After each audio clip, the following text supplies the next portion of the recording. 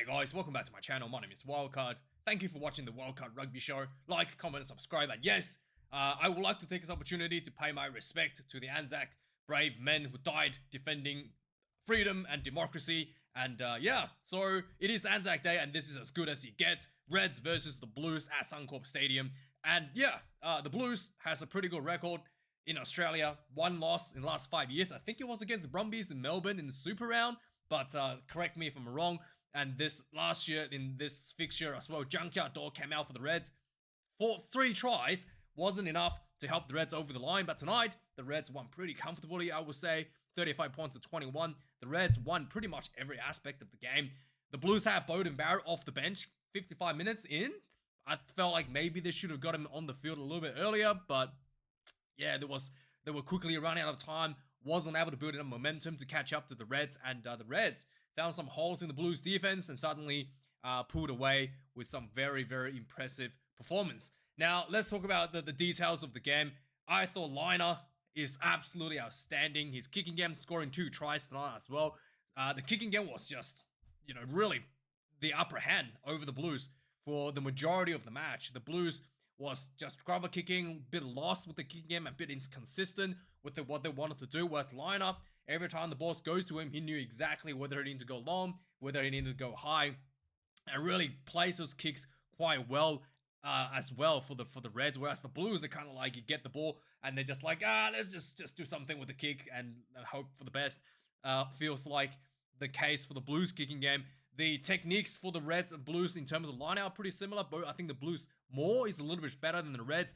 But the overall defense for the Reds was outstanding. They held up the Blues. Well, I wouldn't say outstanding, was kind of like a double-edged sword, let's say. So the Blues, there was one point in the first half, was rumbling through, and they were basically denied about 4 tries in a row, and a number of those were because they were held up over the try line. And they were held over the try line because the Reds were tackling quite high in the upper body area. And yes, it's good that you're holding the player up, but that has led to an issue throughout the game where the Reds were conceding, not able to shut down the Blues players at the advantage line, conceding territory as a result of going too high. So sometimes we see teams that kind of go down, and one guy will go low and chop down the legs, another guy will go up high. The Reds were just 2 players going up high for the whole game, and the Blues were able to rumble through with a lot of that momentum in the second half, almost looking like they were going to catch up at one point. So definitely like a double-edged sword. It was good that they were able to hold up the Blues with that strategy, but it was also bad because they weren't able to shut down the Blues before the advantage line. I think that they need to look at that technique a little bit better for the Reds. Now, in terms of scrummaging, I thought it was pretty even in the first half. Second half, the Reds just dominated. The former All Black. Yeah, what was his name? Hodgman came on and just really done a bit of a number on the Blues. I felt like there were a couple of scrums I thought the referee could have given to the Reds as well. It was a pretty good scrum for the Reds in the second half. And overall, I thought the Blues just wasn't clinical enough all around. Riku Ioane wasn't looking that great, looking a bit lost still. And I think that the overall structure of the Blues just wasn't quite there. And if the Reds had done their tackles a bit better, this could have been a much bigger shutout for the Reds, despite the already pretty impressive score of 35 points to 21 over the former champions from last year. Now we're going to talk about this one big moment of the game. Mark Telea got sent off with the red card. Now, the commentary was arguing that this was not being a red card because, according to what was his name? What was his name? I was gonna say Burns, not Burns. What's his name? Kernsey. Well, anyway, one of the commentators was like, the Junkyard Dog with the Team Ryan here should not have stuck his hand out to post, and he tried to say that Junkyard Dog's action of posting his hand led to him landing on his head. So no, it's 100% up to the tackler to not even lift the player into that place into that position in the first place.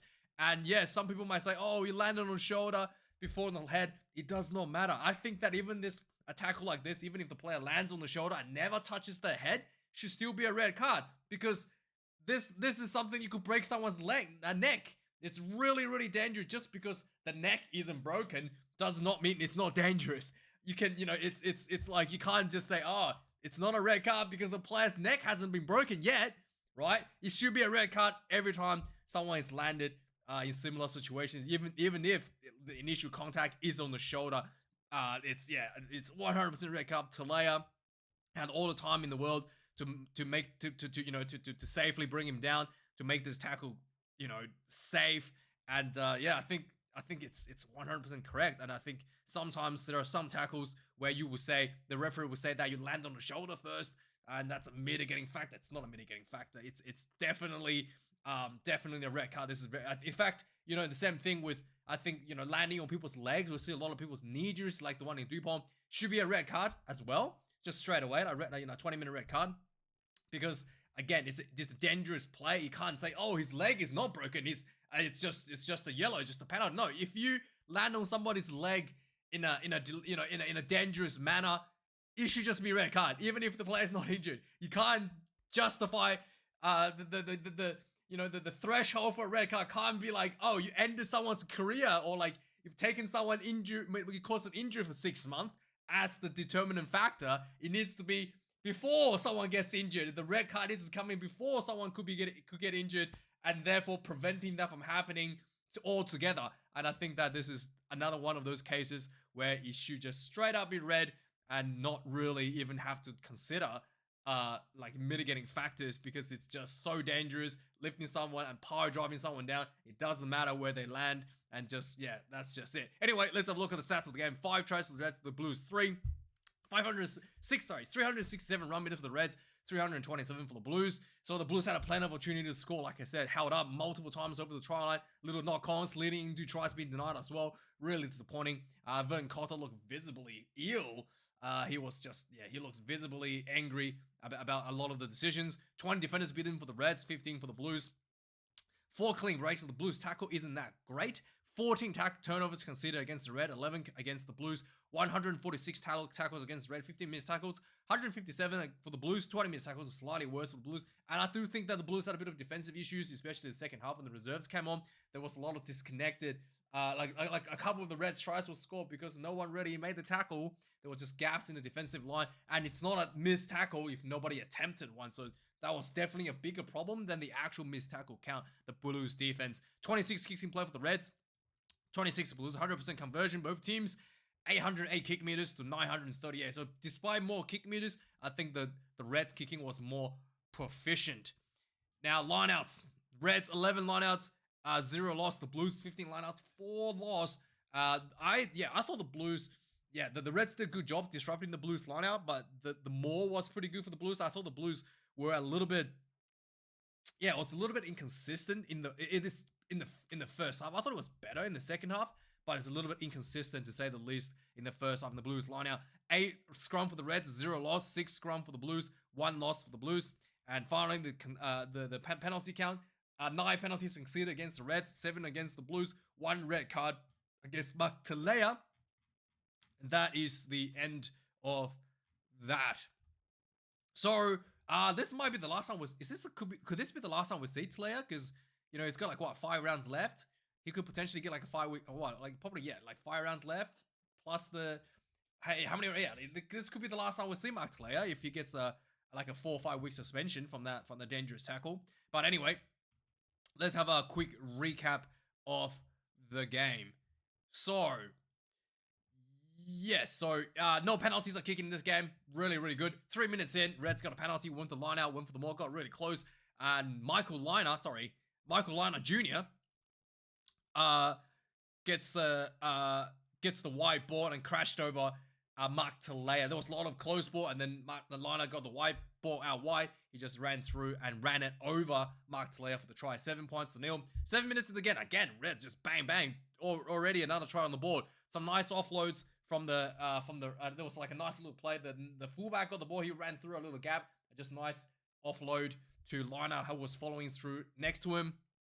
Straight through for the try. 14 points to nil. The Blues were doing a bit of a schoolboy level tackle grabbing play by the jerseys here. Looked pretty bad there. 14 points to nil. 12 minutes in the game, the Blues get themselves back in the front foot. They went for the line out. They went for the more.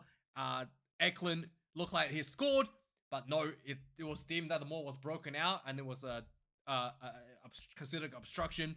No try. The win again held up. Eklund again. This is I don't know how Eklund could be held up by like 2 backs. It was held up by like Junkout Dog and Michael Liner Jr. So I don't know how as a hooker you're not getting your body weight low enough to not get yourself getting held up. But hey, it is what it is. What it is. 30 minutes in the game, Mark Telea got sent off with a red card. Not just before this as well. Blues were held up again. Before that, finally, before halftime, 36 minutes in, the Blues went with the line out. Once again, got really close. Crash, pick and go, and finally, they get the first try on the board.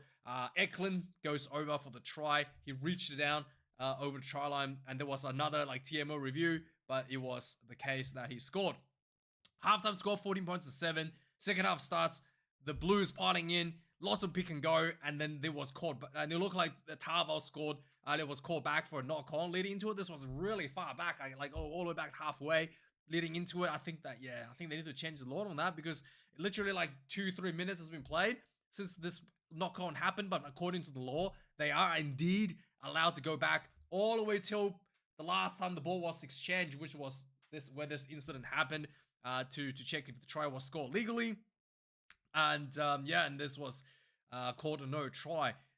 Regardless of that, 50 minutes into the game, the Reds got themselves back into a bit of a momentum. It looks like the Blues has kind of like gone into lost a bit of confidence after that try was scored. Maybe there was some nice pick and go from the Reds. Nice, you know, the McDermott sort of looked up and saw some slow forward stacked up around the rocks. He just ran straight through a gap for the try. 21 points to 7. 59 minutes into the game. Again, a nice little line-out move on the Reds. So the ball got popped out to the hooker that ran around, who ran through a tiny little gap, and just a little shoulder to shoulder pop to Anderson, who went in for the try untouched. And there was a bunch of decoy runners and all ran into defenders who were confused. 28 points to 7 for the Reds. 66 minutes in the game. The Blues crashing through once again. Really fast breakdown. There was the knock. The halfback gets the pass from one of his forwards from a quick breakdown. 28 points to 14 for the try. 70 minutes into the game, the Reds once again got a penalty. The one for the line out, one for the more really slowly inch forward, but eventually a really nice platform set the Reds team for a try. 35 points to 14. Asiata gets this one. Finally, 74 minutes into the game, the Blues look like they try to make a comeback. They went for the line out. They went for a fair bit of pick and goes midfield, and eventually they rumble through. The Reds tackling too high, just conceding meters after meters. Eventually, Segner crashed over for the try from a pick and go. 35 points to 21. Final score for the Blues. The Beauden Barrett really didn't do enough to bring the Blues out. In fact, the play style hasn't changed, with just forwards rumbling for the Blues, even with Beauden Barrett on the field. So Vern Cotter needs to rethink about maybe some of the strategies and how he wants to use Beauden Barrett. I mean, Beauden Barrett is a little bit, I don't want to say over the hill. Beauden Barrett is a little bit,